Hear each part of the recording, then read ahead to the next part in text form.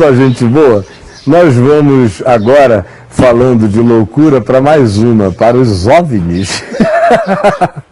Eu vou viajar daqui a pouco, eu vou pegar um objeto voador identificado, um avião da Gol, para ir até ao Rio de Janeiro fazer um casamento. Enquanto isto, nós vamos assistir um documentário do Discovery Channel de 44 minutos chamado OVNIs sobre a Terra. A minha opinião sobre isso eu não darei mais, eu já dei tanto, de que elas são macroassombrações, tem dezenas de papos de graças aí que falam a respeito do que eu penso sobre o tema. Mas é um tema no mínimo interessante, no mínimo curioso, os documentários são muito bem feitos, as histórias são no mínimo extremamente carregadas de entretenimento, se você não quiser considerar a seriedade de tais aparições em volta do globo, especialmente nesse tempo do fim, especialmente quando Jesus disse que haveria tantos sinais nos céus e dos céus e tantas coisas espantosas, especialmente quando o Apocalipse nos diz que a atmosfera do planeta, quanto mais estivéssemos próximos do tempo do fim, mais carregada ficaria de toda sorte de entes, de presenças, de dimensões espirituais, algumas delas buscando penetrar a nossa própria dimensão, como no passado já fizeram diversas vezes, acerca do que a Bíblia dá inúmeros testemunhos. Gênesis 6, livros do Velho Testamento, diversos, Ezequiel é específico a respeito do assunto, Daniel, Jesus, Paulo abre a porta e diz qualquer dimensão, e o Apocalipse diz há dimensões inteiras que nos últimos tempos receberão permissão para invadir a Terra. Então, para mim, não é bichinho cinzento vindo de alguma galáxiazinha nos visitar, não. São principados e potestades, tronos e poderes, criando essa confusão na mente humana. E quem quiser ter discernimento, fique atento. Você não perde nada, apenas mantendo os olhos abertos, para não ser apanhado de calça curta e não ficar nu, sem ter bolso para enfiar a mão na praça dos espetáculos históricos, se isso tudo, acerca dessas coisas que eu venho dizendo, for realidade. Se não for, a gente vai descobrir e saber o que é. Se for, é melhor não brincar. Eu não brinco com qualquer que seja a alternativa. E quem quiser me julgar precipitado, me julgue. Para mim, esses OVNIs que aparecem aí, olha bem para mim, é tudo coisa do diabo. Não do diabo dos crentes, mas do diabo multiuniversal. Você me acha inteligente? Eu sou uma topeira de burrice e ignorância perto do diabo. Se eu faço ilações sobre alguma coisa, imagina a capacidade que ele tem de ilação. Esqueça do diabo capirotado e comece a imaginá-lo para além das imaginações possíveis dos humanos. É assim que ele se manifesta, para enganar o freguês conforme o gosto. Quem gosta de Exu tem o Exu. Quem precisa de diabo, de ficção científica, de principados e de potestades, com a cara dos discos redondos do profeta Ezequiel, os terá. Quem precisa de deuses astronautas do Erich von Däniken, os terá. O homem terá os deuses que buscar. Roda OVNIs sobre a Terra. Eu volto ao final. Até já. Arthur Eddington, astrônomo inglês, 1882-1944. É a maior onda de OVNIs na Pensilvânia nos últimos 35 anos. O que acontece no condado de Bucks? Uma total desordem. Se fosse um avião, teria despencado no chão. Queremos aquela imagem surpreendente que vai mostrar. Olha, conseguimos, eles estão aqui. O que ele viu foi um fenômeno muito incomum. Se pudermos confirmar a história, o que temos é um objeto não identificado naquele espaço aéreo. Os OVNIs existem. O que não sabemos é o que eles são. A Rede Mútua de Pesquisas Ufológicas, ou MUFON, observa os céus e investiga as aparições assim que ocorrem. Seus pesquisadores usam ferramentas da ciência, da psicologia e da lei para se aproximar ao máximo da verdade. Não há dúvida que existam objetos voadores não identificados. Apenas a sua identidade permanece um mistério. O mistério dos OVNIs sobre a Terra. Arquivo MUFON. Eu tô emocionada. Emocionada porque eles estão chegando, emocionada porque eles estão na porta dos fundos. Eu estou ansiosa para saber no que vai dar a combinação disso tudo. E para mim é uma coisa que está na vanguarda de um enorme avanço. Surto de aparições no condado de Bucks, verão de 2008. Quando falamos em flaps, estamos nos referindo ao surto de aparições ou à ocorrência de várias delas, num período relativamente curto, numa determinada área geográfica. A maioria das aparições de OVNIs é vista por indivíduos. Os OVNIs aparecem e somem. De vez em quando acontece uma aparição para uma massa. Em 1997 apareceram as luzes sobre Fênix. Elas foram vistas por 10 mil pessoas, inclusive o governador do Arizona. Mas os flaps são raros porque podem durar dias e às vezes meses. Até que um dia para de repente do mesmo jeito que começou e ninguém sabe por quê. Por isso a gente tem que aproveitar e tentar investigar o mais rápido possível. Pensilvânia. No verão de 2008, a Pensilvânia foi palco de uma onda de aparições. É a maior onda de OVNIs na Pensilvânia nos últimos 35 anos. Normalmente acontecem de 8 a 10 aparições por mês. Em julho recebemos 63 relatos. Foram mais 25 em agosto e 32 em setembro. Por que todas essas aparições na Pensilvânia de repente? Alguma coisa está acontecendo. Apesar das datas e horários serem diferentes, as descrições dos objetos eram bastante comuns.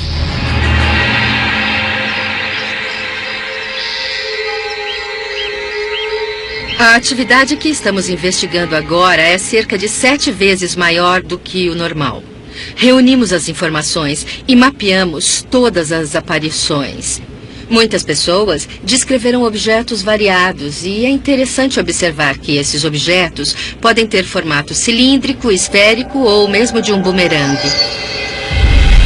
O objeto era uma bola de luz branca. Corri e peguei meus binóculos para a astronomia e foquei diretamente no filho da mãe. E não havia qualquer característica estrutural. Era uma bola de pura luz branca. Eu sou investigador da MUFON há apenas 4 meses. Vim tentar descobrir o que é que está acontecendo lá. Tinha um formato de bola e era... Multicolorida? É, as cores mais fortes predominantes eram o azul e o laranja. Eu estava sentado na varanda, olhei para o alto e vi quando se aproximou. Era uma linda esfera azul. O azul era lindo, nunca vou me esquecer daquela cor. Parecia uma bola de basquete, mas com uma luz interna para mostrar aquele azul. Está me entendendo?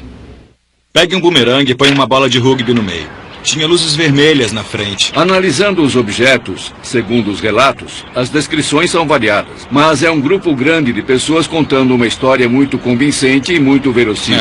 O que você diria se soubesse que outras 4 pessoas contaram que também viram uma aparição naquela noite? Que eu não sou louco. 80%, talvez 90% dessas aparições, na realidade, são objetos identificados. Mas sempre há os inesperados 5, 10% sem explicação, e esses são os que eu quero. Então, a primeira pergunta que eu quero fazer é: qual é o motivo? Por que é que esta pessoa está relatando que viu a aparição? Eu percebi que era um objeto sólido, não tinha a forma de avião. Eu nunca vi um avião com aquela aparência. Não fazia barulho e se movia bem devagar. Se fosse um avião, teria despencado no chão. Enquanto Cliff contava a história dele, eu pensava: aqui está um cidadão comum. Um aposentado que acorda no meio da noite e vê uma coisa que ele não entende. Na segunda semana de investigação, os relatos sobre as aparições continuam. Creio que o fato de termos mais de 50 testemunhas que não se conhecem, não sabem umas das outras, diz algo sobre esta investigação. É sinal de que alguma coisa real aconteceu, de que essas pessoas viram algo que não conseguem explicar e que para elas não parecia natural. Eu vi 4 objetos vindo, redondos, bolas luminosas. Olhamos para cima e eles estavam lá. 2 deles pareciam estar parados. Eles faziam esse tipo de som? Esse é um caça-A10 normal, voando baixo. Normalmente eles não passam assim tão perto como esse passou. Mas e o som do OVNI? Era parecido com esse? Bom, não havia som nenhum E isso dia. é fora do comum. E o que você sentiu? Ficou com medo? Agitada? Não, eu fiquei um pouco inquieta porque eram totalmente silenciosos. E isso me chamou muito a atenção. Não havia nenhum tipo de som. Ela descreveu os 4 objetos exatamente como o marido. Foi uma descrição muito convincente, verossímil. Conversando com essas pessoas, fiquei convencido de que elas viram o que disseram que viram. Nós moramos a 5 minutos da base aérea. E eu aprendi a identificar todo tipo de aeronave militar. F-14, F-18, A-10, todos esses tipos. E na hora eu vi que não dava para identificar aquela coisa como sendo um avião comercial ou um avião militar. Era uma coisa totalmente diferente. Poderia ser nosso? Só se tivermos naves que são bolas de rugby azuis. Estou vendo que aqui há uma história maior. São muitas pessoas, todas elas com bons antecedentes. Elas estão contando o que viram, mas não têm nenhuma prova. A senhora em algum momento pensou em desviar os olhos e pegar uma câmera? Olha... Sabe que isso não me ocorreu porque eu fiquei com os olhos grudados. A senhora fiquei hipnotizada, com o olhar grudado e não consegui desviar os meus olhos daquilo. Olha, o que eu gostaria mesmo que acontecesse é que outra pessoa tivesse visto e filmado. Na terceira semana de investigação, uma nova testemunha relata várias aparições, com provas.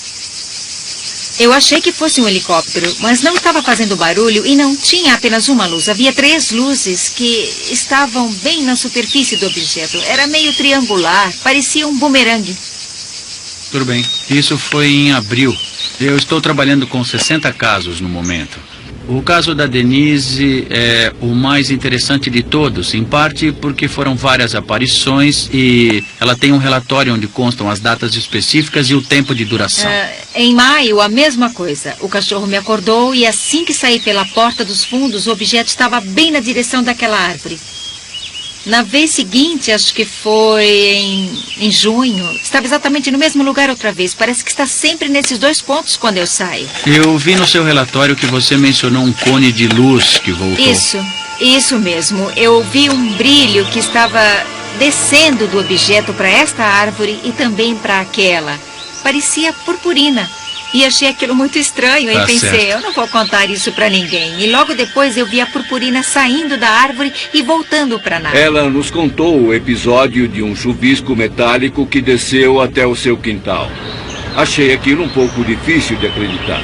Mas pesquisando encontramos um caso de 1999 no México relatando exatamente a mesma coisa. Era prateado, brilhava e esta árvore ficou cheia. Parecia quase uma iluminação de Natal. Um pouquinho aqui nas folhas externas. Tenho um contador Geiger portátil e resolvi procurar traços do material. Quando coloquei nos galhos mais internos da árvore, não obtive nenhuma leitura. Mas na parte externa, no perímetro, nas folhas superiores, ele começou a dar sinais. Eu pensei, uau! Isso é uma prova que podemos usar. Cada caso é um processo. Passamos por todo o processo investigativo. Colhemos amostras do solo, colhemos amostras da vegetação. Depois juntamos as peças do quebra-cabeças para ver o que aconteceu. Vamos registrar o resumo do caso, a data e o local. Vamos enviar para análise e ver se há alguma coisa que não é deste mundo. Os testes levam 3 semanas. Isso levou o caso a outro patamar, a um outro nível de avaliação. E então soubemos que a Denise tinha imagens. Ela tirou fotos. 20 de abril de 2008. 7 de julho de 2008. 16 de julho de 2008. O caso de Denise se tornou muito importante. Condado de Bucks, Pensilvânia. Várias aparições de OVNIs. Eu olhei para o alto e vi se aproximar. Era uma linda esfera azul. Estávamos bem aqui e ele estava voando para lá. Não tinha uma luz, eram 3 luzes que ficavam na superfície. A investigação de Denise era algo pelo que realmente torcíamos, porque havia muitas evidências mostrando que algo de fato havia acontecido. Oi, Denise. Oi, como vai? Tudo bem. Este é o Tim e Olá, esse é o Mark. prazer.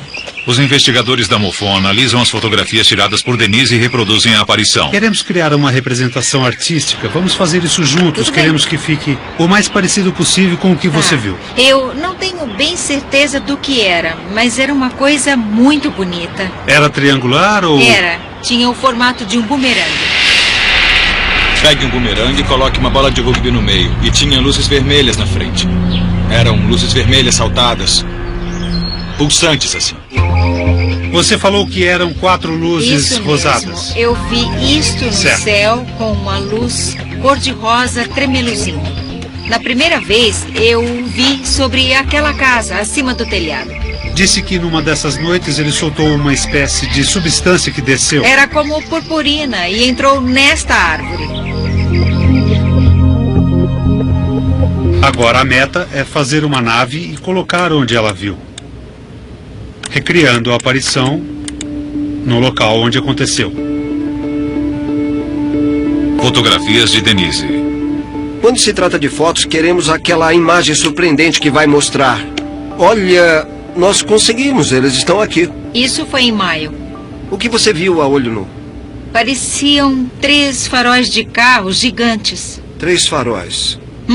3 faróis gigantes. Geralmente é o que eu vejo primeiro. Eles apresentavam algum tipo de configuração de que você se lembra? Não. Era apenas um objeto redondo. A parte arredondada tinha os 3 faróis gigantes. Parecia a superfície plana de um objeto. Olhando as fotos que ela tirou, o que não entendi é que ela disse que viu um triângulo com 3 luzes de cores diferentes, mas me mostrou a foto de algo que parecia uma bola de golfe. Essa discrepância precisa ser esclarecida. Essa primeira é a de 20 de abril de 2008. Onde você tirou essa foto? Pegue a sua câmera e vamos até o local para dar uma olhada. Claro. Pedi a Denise para me mostrar como ela tirou as fotos. Eu queria que ela usasse a mesma câmera. Estava acima desta árvore. Eu mirei assim para cima. Mark disse que ela segurou a câmera com o braço esticado. Creio que o que ela fez foi apontar a câmera na direção do objeto e bater as fotos, como a gente faz no evento, tirando fotos acima da multidão. Você pensa que está fotografando o que está acontecendo, mas na realidade não sabe. Ela pode ter pensado que fotografou fora de foco o que estava vendo, mas pode nem ter enquadrado o objeto. Passei um bom tempo ontem à noite examinando as imagens. Nesta foto que ela nos deu, percebi claramente, aqui olha, esta bola em azul forte. E achei interessante examinar.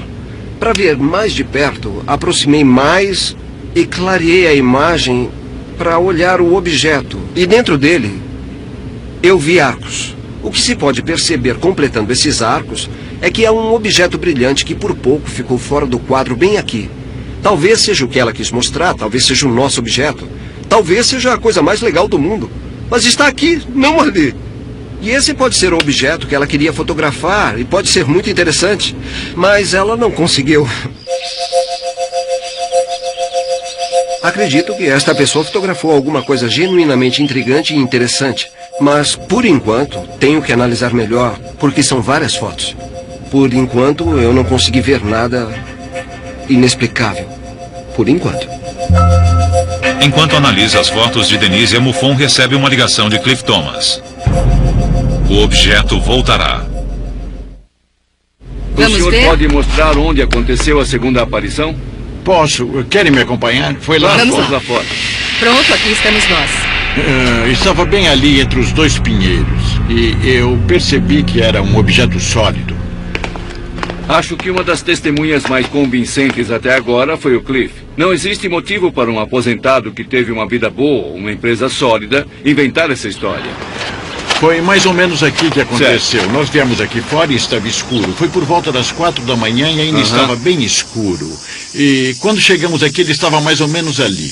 Houve uma espécie de relâmpago e quando essa luz brilhou, eu vi o objeto inteiro. Mas não foi o que eu esperava, porque quando vi o objeto antes, ele parecia um hexágono escuro, sólido. Acho que se pode dizer assim. Desta vez a luz atravessou aberturas no objeto e ele se dividiu em 6 partes iguais, partes que eram triangulares. Ele viu a nave e, como viu a luz atravessando as emendas, percebeu que eram 6 objetos conectados. A descrição que ele fez foi uma das melhores. De que tamanho você diria que era? Na largura, pelo menos daqui até onde começam as árvores. E provavelmente ainda mais comprido, porque ele parecia alongado. Ele calcula que o objeto tinha mais de 100 metros. Era uma nave enorme, do tamanho de um campo de beisebol ou futebol, voando sobre a casa dele. Eu fiquei um pouco perturbado por ter visto o que eu vi, porque eu não esperava.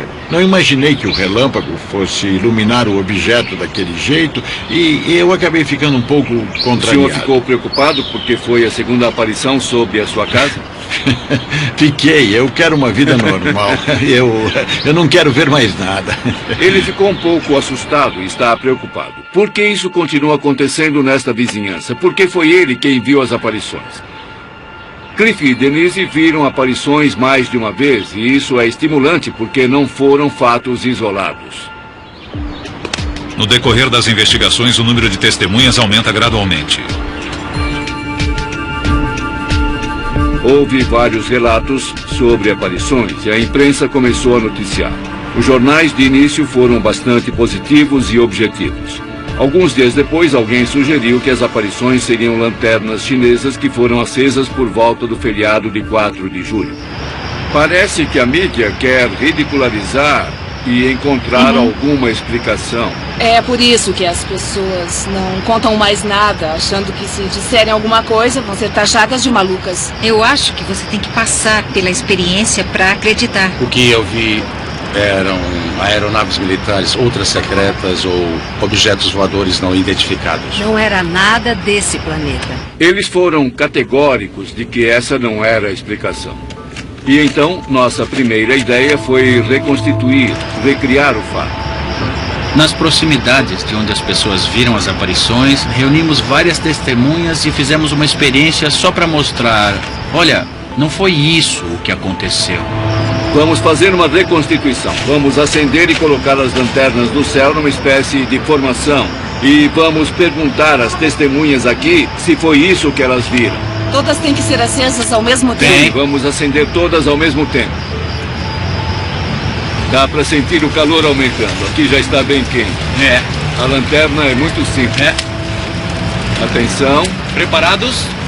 Claro. Estão prontos? Acha que eles vão subir? Acho que sim. O meu está voando torto. Que horrível. O que esse está fazendo? Olha só aquele lá.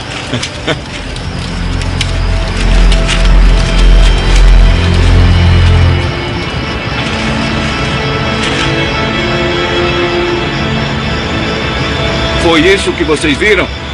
Quem acha que foi isso, levante a mão. É óbvio. Pois é. Exemplo de democracia. Foi totalmente diferente.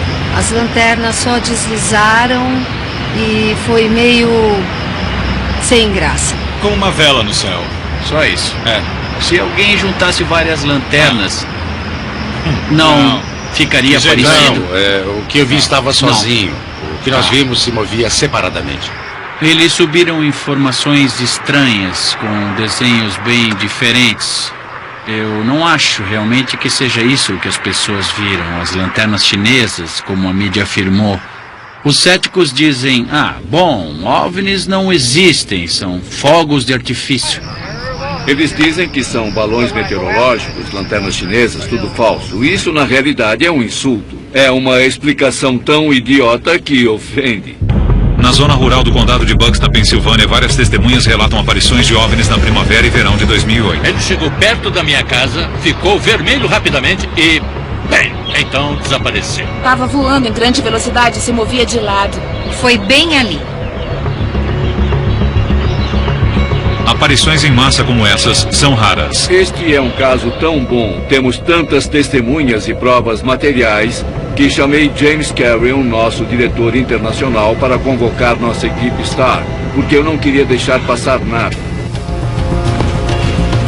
A equipe STAR é um grupo de elite entre os investigadores da MUFON que pode ser convocado a qualquer momento mediante uma ocorrência importante envolvendo OVNIs. Vamos ver o vídeo de que eu falei. Esse caso é realmente incrível.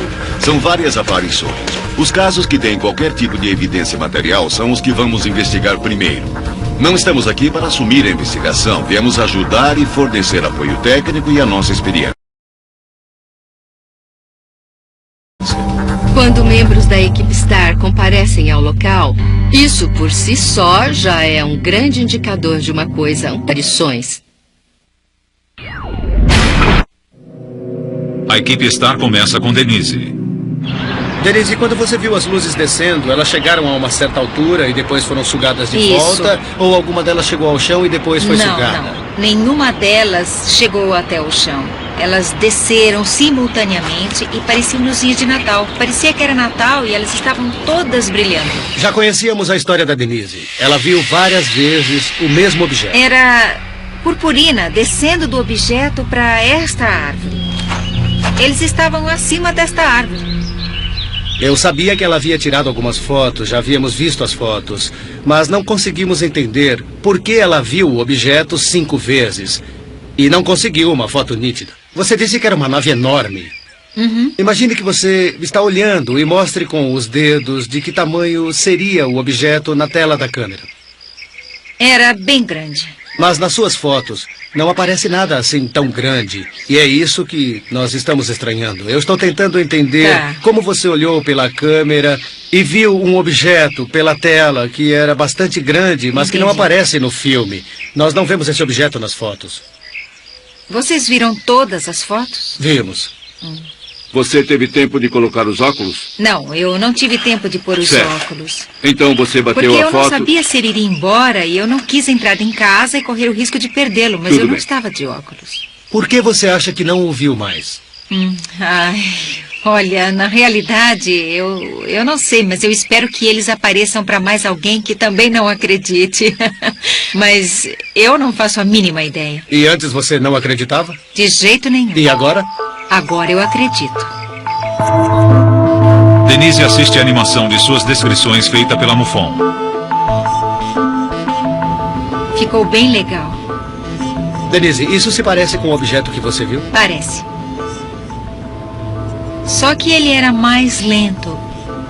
Ele se mexia de um jeito mais irregular. O que você quer dizer com irregular? Quando atravessava o céu, ele parecia que ia alternando. Você está querendo dizer que na nossa ilustração a trajetória está muito suave. Isso. Seria mais um zigue-zague? É. Agora vamos ver o chuvisco de luz.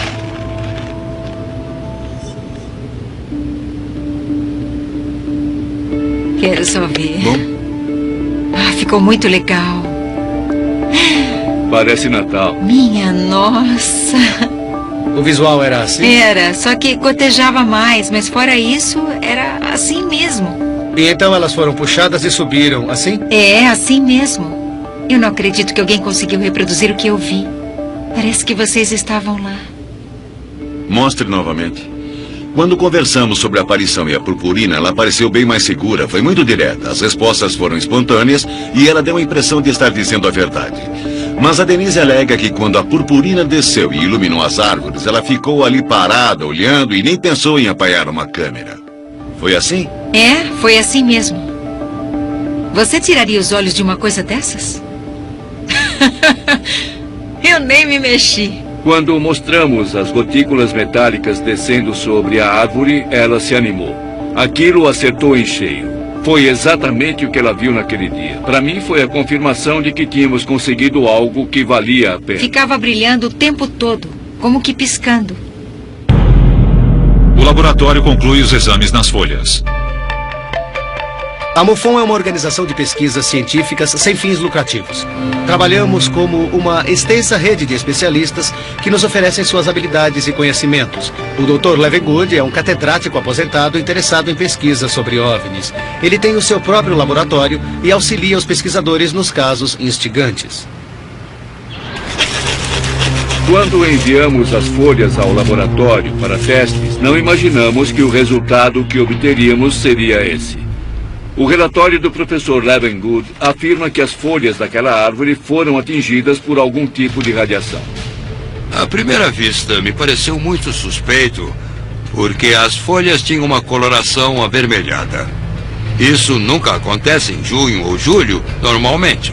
Mas aqui o nível de energia estava tão alto que causou a produção de antocianina, um pigmento vegetal que causa a coloração avermelhada das folhas. E esta é uma ocorrência realmente fora do comum. A energia não só produziu esta região de tonalidade creme, como surgiram pequenas bolhas onde as micro-ondas aqueceram o citoplasma com uma rapidez jamais vista por mim. Isso tudo aconteceu em questão de milionésimos de segundo. A Denise viu um fenômeno muito extraordinário. Outra coisa óbvia ocorreu com estas folhas. Observe o formato de coração. Isto é extremamente fora do normal. É o que se chama de mutação somática. Estas são as folhas de formato normal, aqui embaixo. Elas terminam em ponta, portanto há uma diferença. Por quê? Porque a energia das micro-ondas atingiu a ponta das folhas e não matou as células, mas desacelerou muito o seu ritmo de crescimento. Acho que não podemos negar o fato de que alguma região do céu deixou passar uma energia que causou essas mudanças nas folhas. Ele encontrou algo que nunca viu antes. As folhas novas sofreram uma mutação. São mudanças que não ocorreriam a menos que elas tivessem entrado em contato com micro-ondas. Não acredito que a Denise tenha levado micro-ondas para o quintal e colocado os galhos dentro dele. Mesmo assim, a MUFON continua cética e procura outro laboratório para análises complementares. Enquanto isso, surgem novos detalhes de uma antiga aparição. Aparições de OVNIs no verão de 2008 levam a equipe STAR da MUFON ao condado de Bucks, na Pensilvânia. Aqueles dois pinheiros e... Eles se concentraram na testemunha que viu o mesmo objeto em duas ocasiões diferentes. Mais ou menos ali. A descrição que Cliff fez do OVNI é provavelmente uma das mais detalhadas que já vi. Não fazia nenhum barulho e se movia muito devagar. Se fosse um avião, teria despencado no chão. Aquela coisa não era lisa ou aerodinâmica de jeito nenhum. Ele foi bastante específico e disse que a parte de cima da nave tinha janelas ao longo da borda. O mais estranho é que ele não falou em luzes. A maioria das histórias de OVNIs falam de luzes no céu, mas esta era uma nave totalmente escura. E ele só conseguiu vê-la porque os relâmpagos iluminaram as nuvens ao fundo. Esta é uma ferramenta muito útil porque ouvir a descrição de alguém é uma coisa. Mas quando você mostra a animação, é interessante como as pessoas apontam o que está errado e nos ajudam a aperfeiçoar a imagem. E conseguimos uma boa ideia do que elas viram de fato. Na manhã seguinte... Cliff, nós vamos mostrar a animação. Vamos passar uma vez do começo ao fim e depois vamos passar novamente para que você interrompa quando quiser e indique se ela está correta ou não.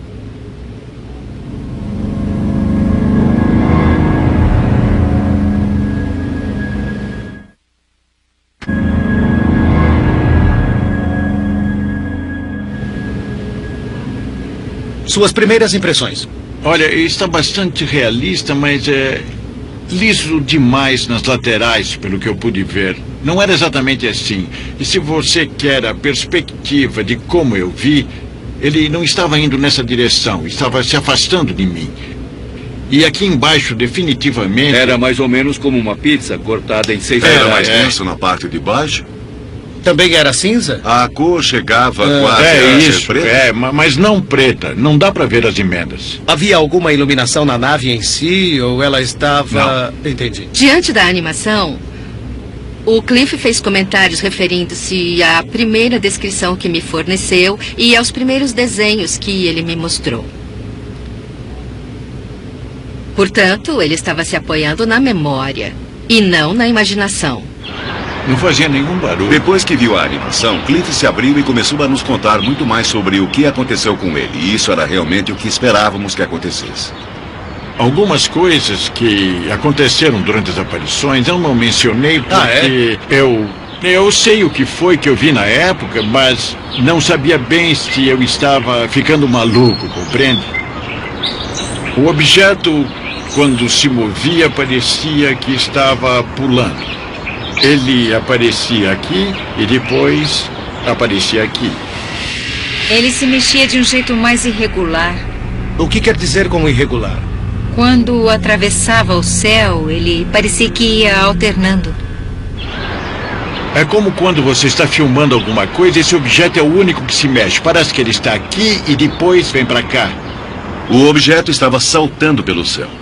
Quando ele começou a explicar, tive o palpite de que ali poderia haver mais do que conseguimos perceber inicialmente. Era muito estranho. Eu vejo o Cliff como uma testemunha extremamente confiável. Eu não vejo o que esse homem teria a ganhar se estivesse inventando uma história como essa. Ele teria muito mais a perder do que a ganhar com relação à sua posição na comunidade, a maneira como os vizinhos irão encará-lo. Ele realmente não tem nada a ganhar inventando uma história como essa. Não é exatamente o que eu vi, mas é muito parecido com isso. Acho que ele deu o depoimento que deu, porque ele viu alguma coisa que não consegue explicar e precisa da confirmação de alguém. E como qualquer testemunha confiável, questiona sua própria sanidade. Como ninguém consegue confirmar o que ele viu, ele se pergunta se não foi invenção dele. Mas a convicção ferrenha e a estabilidade dele me dizem que o que ele viu deve ser verdade. O senhor está... Enquanto uma aparição ganha credibilidade, outra a perde. Quando recebi a análise do Levengood, fiquei intrigado com a possibilidade de que algo pudesse ter alterado quimicamente as folhas ou causado mutações, mas eu precisava de uma segunda opinião. Aqui é James Carrion da MUFON. O Dr. Salisbury é especialista de nível internacional em fisiologia vegetal. Passamos o relatório do Dr. Levengood ao Dr. Salisbury para que o avaliasse e dissesse se ele concorda ou não com a análise do Dr. Levengood. Infelizmente, ele já começa tirando conclusões precipitadas e tira conclusões precipitadas na análise inteira. Levengood diz que as manchas marrons foram causadas por antocianinas. Isso me pareceu muito suspeito, porque as folhas tinham uma coloração avermelhada. Isso não acontece em junho ou julho, normalmente. Na minha opinião, ele se precipitou. A única maneira de saber realmente se a causa foram as antocianinas seria fazendo os testes adequados, testes químicos, pois não há motivo para supor que foram elas. Depois há as mutações. Ele constatou que algumas folhas têm forma de coração, mas a ideia de que isso foi uma reação a uma mutação, para mim, é novamente uma precipitação enorme. Em primeiro lugar, as folhas não crescem assim. Elas não crescem na ponta como os talos. Elas formam o broto e depois as células se expandem para formar as folhas. Fiquei desapontado, mas ao mesmo tempo disse a mim mesmo que isso é típico. Não importa o que você faça neste campo, sempre há um cético, alguém que vai dizer o contrário. Então, nesse caso, tínhamos um cientista de um lado dizendo, sim, temos alguma coisa aqui. Mas quando submetemos ao relatório a outro cientista, ele não concordou, dizendo que não acreditava que o primeiro disse fosse válido.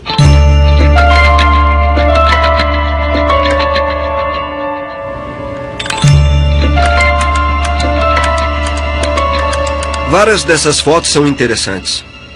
Vamos olhar esta aqui. Pelo que eu sei, essa imagem, segundo o que foi dito aos investigadores, é uma representação bem direta do que ela viu naquela noite. O que você acha?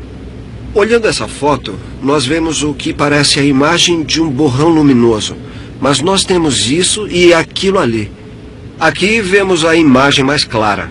Temos que identificar o que é. E também o que é isso aqui. O que é isso? Pedi a Denise que me levasse para fora e me mostrasse exatamente qual era a posição. Você pegou as coordenadas? Peguei. Marquei um ângulo de 220 graus na agulha da bússola. E depois alimentei os programas de astronomia que eu tenho.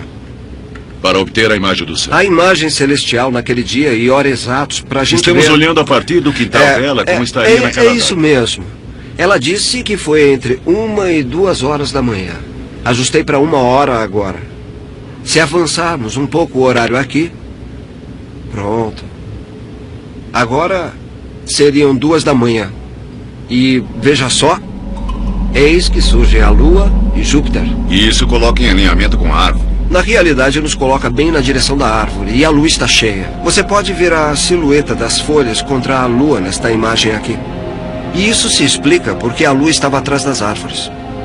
Entendi. Muito bem. Agora, olhando esta imagem, você vê que as posições da Lua e de Júpiter não são as mesmas da foto que nós vimos. Mas você disse que ela também pode ter virado a câmera. Ela pode muito bem ter virado a câmera na vertical para tirar essa foto, e isso explicaria exatamente o que estamos vendo. Esse programa é fantástico, não é? Perfeito. É uma correlação perfeita. Mark e eu examinamos as fotos de Denise e realmente não encontramos nada. Na opinião do Mark, eram apenas reflexos nas lentes, possivelmente luzes de aviões e outras luzes fortes no céu. Não havia nada que não pudesse ser explicado, e isso foi muito desalentador. A equipe Star resolve fazer mais um teste. O caso da Denise está desmoronando, mas não queremos desistir. Nós coletamos amostras da árvore sobre a qual o OVNI foi visto despejando a purpurina e também recolhemos amostras de uma árvore mais afastada para servir de controle. O que você encontrou de diferente entre as duas amostras, a que foi afetada e a de controle? A grande diferença que eu encontrei estava num microelemento, o boro. Foi uma diferença que logo me chamou a atenção. Porque na árvore afetada, o valor era várias vezes maior e isso pode reforçar a hipótese de que alguma coisa foi depositada nas folhas a partir de uma fonte externa. O que o Nick nos disse foi que ali havia algo curioso. Aparentemente, alguma coisa havia acontecido com a árvore que fica ao lado da casa. E isso deu um pouco mais de credibilidade à história da Denise. E depois o Nick me contou sobre os flocos. Consegui isolar alguns flocos minúsculos de um composto branco que encontrei em algumas folhas da árvore afetada e que não encontrei entre as folhas da árvore de controle. Os flocos da árvore afetada têm uma série de formatos muito estranhos quando os vemos ao microscópio. Os maiores são provavelmente do tamanho de uma cabeça de alfinete. Esses flocos brancos têm algum brilho? Poderia ser esse o efeito de purpurina que ela mencionou? Bom, se tivesse havido uma chuva ou um tipo de cascata de flocos que fossem do tamanho desse, eu diria que se houvesse uma fonte de luz forte brilhando sobre eles, provavelmente pareceria purpurina. Acho que eles apareceriam sim. Em Discovery apresenta... O caso da Denise parece uma verdadeira montanha-russa. Pensamos que havíamos encontrado provas convincentes que simplesmente desmoronaram. Mas então, o Nick nos falou desses flocos estranhos e do nível de boro que tornam a história que a Denise contou mais convincente. Talvez alguma coisa tenha realmente acontecido. Será que eles viram produtos da obra humana? Temos praticamente de tudo do nosso arsenal aqui na base aérea de Willow Grove. Temos aviões de carga, temos C-130, F-16, caças A-10, o que você imaginar decola desta base. Mas nenhuma aeronave hexagonal que a gente saiba.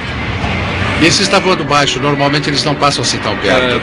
Mas e o som do OVNI, era parecido com esse? Não havia som nenhum. E na hora eu vi que não dava para identificar aquela coisa como sendo um avião comercial ou avião militar. Seria importante, talvez, entrevistar o comandante da base.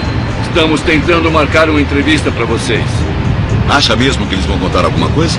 Ou se for uma aeronave exótica e ultra secreta, eu duvido. Mas vale a pena tentar, porque nós temos que falar com eles. Nós temos que dar a eles essa chance. Com certeza. Como vamos chegar até lá? Você sabe que o governo sabe, tem que saber. Eles monitoram tudo. Enquanto nós persistimos nos níveis inferiores tentando descobrir qual é a verdade. E isso é muito frustrante.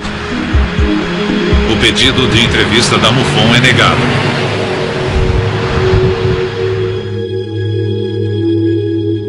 A investigação volta para mostrar a Denise a animação revisada. As fotografias realmente não ajudaram. Elas prejudicaram mais que qualquer coisa. E eu estava tentando esclarecer para mim mesmo o que foi que ela realmente viu de tudo aquilo.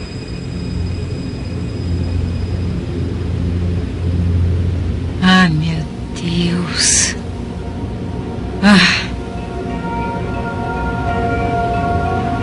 É sinistro. A próxima é de quando as luzinhas desceram na árvore no quintal.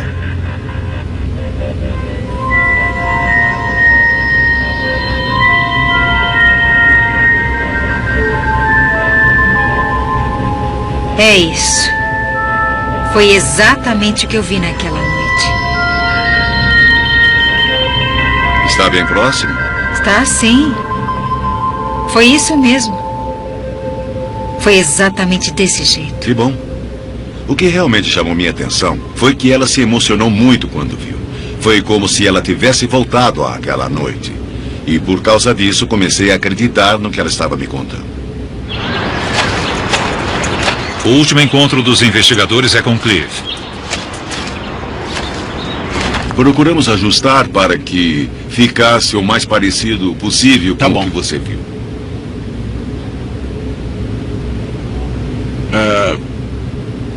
Está muito bom, mas ficou parecendo um objeto muito pequeno. Era uma coisa enorme. O que me deixou assustado foi a altura e também o tamanho. São feitos ajustes na animação. Isto é o que Cliff Thomas alega ter visto na segunda aparição.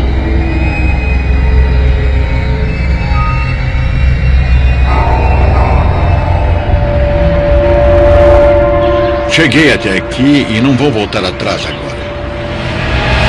A MUFON não encontrou ninguém que corroborasse as duas aparições vistas por Cliff. E então eles encontram uma oportunidade. Fui ao aeroporto internacional da Filadélfia e consegui ver os registros do radar. Houve alguma coisa que apareceu no radar sem um código de transponder. E o horário em que apareceu, o período e a data correspondem à aparição que o Cliff viu. O transponder é um aparelho. Ele faz parte do equipamento de rádio do avião. Em resumo, ele transmite um número de código para o radar do controlador de voo.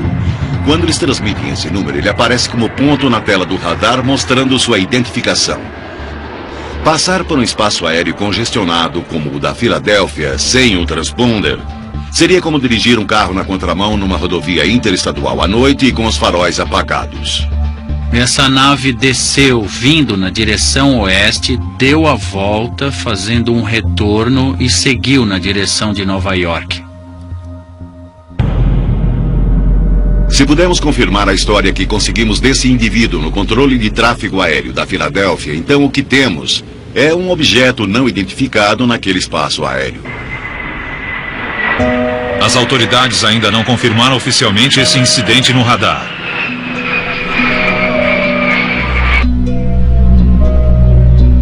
A investigação da MUFON termina, sem conclusões definitivas.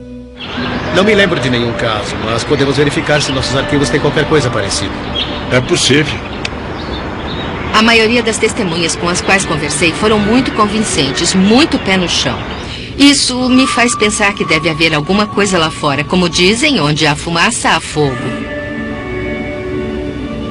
Acredito que o que temos que fazer é continuar perguntando, continuar investigando, para que as pessoas saibam que podem se manifestar e contar o que viram, porque nós vamos acabar encontrando uma resposta. Versão brasileira, DPN Santos. Nós estamos encerrando o nosso Papo de Graça de hoje. Você acabou de assistir esse documentário do Discovery Channel, produzido por esse grupo chamado MUFON, OVNIs sobre a Terra. O que é interessante é que no início do documentário eles dizem que existem essas coisas sobre a Terra, existem. Nós só não sabemos o que elas são.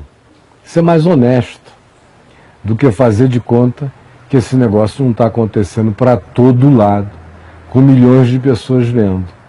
O que não se pode é transformar o testemunho humano em idiotice absoluta. Senão, gente, a gente não vai mais nem poder falar em ressurreição. Alguém fotografou? Gravaram com câmera digital? Apresentaram evidência de DNA do sangue de Jesus? Cortaram um pedacinho do manto que o envolveu para ver se a ressurreição provocou algum elemento radioativo? Fizeram testes psicológicos para avaliar a sanidade de Pedro, Maria Madalena, João, Cleopas, os discípulos todos e aqueles 500 que viram a ressurreição de uma vez só? Ou seja, São 2 pesos e 2 medidas. A gente está aqui morrendo e a humanidade, durante esses 12 mil anos de civilização, caminhou acreditando no testemunho humano. Pelo testemunho de 2 ou 3 testemunhas, toda palavra se firma. Hoje em dia não serve. Com as categorias de hoje em dia, Jesus não ressuscitou, era uma especulação, correu essa coisa por aí. Tudo mais que aconteceu na história humana, antes da verificabilidade pelo filme, a gente não poderia mais nem chamar de história. Rasgue Heródoto, Flávio Joséfos, rasgue todo o testemunho que produziu a história, porque foi testemunho humano, ocular, ou investigação que acreditava na seriedade mínima do testemunho humano, se fossem 1, 2, ou melhor ainda, muitos. Hoje não adianta mais. Se nós todos reunidos aqui virmos, como eu já vi, com uma cidade inteira, ainda assim há aqueles que dizem, me traga um pedaço, eu não sei em que fórum, em que nível, em que instância. Isso precisa de elemento comprobatório para que as pessoas acreditem que essas coisas estão entre nós há muito tempo. O que elas são, eles não sabem. Eu tenho uma convicção pela palavra de Deus, que são manifestações de principados e de potestades, como eu tenho repetidamente dito. Se eu estiver equivocado, eu não estou perdendo nada. Se eu estiver certo, eu estou de olho bem aberto. E essa coisa poderá enganar o mundo inteiro, mas me conte fora dela. Eu vou ter que sair correndo agora para pegar um objeto voador identificado, voar de Brasília para o Rio de Janeiro, fazer um casamento. Volto no domingo à noite, eu estarei no La Salle ao vivo com você. Esse programa será repetido hoje às 3 da tarde, às 9 da noite. E amanhã o Edivaldo e o Chico selecionarão um papo de graça para colocar no ar, ou 1 ou 3, conforme a vontade deles. De manhã 1, à tarde outro, à noite outro, conforme eles desejem. Um beijão, que Deus nos abençoe, siga com a programação da VMV TV. Tchau.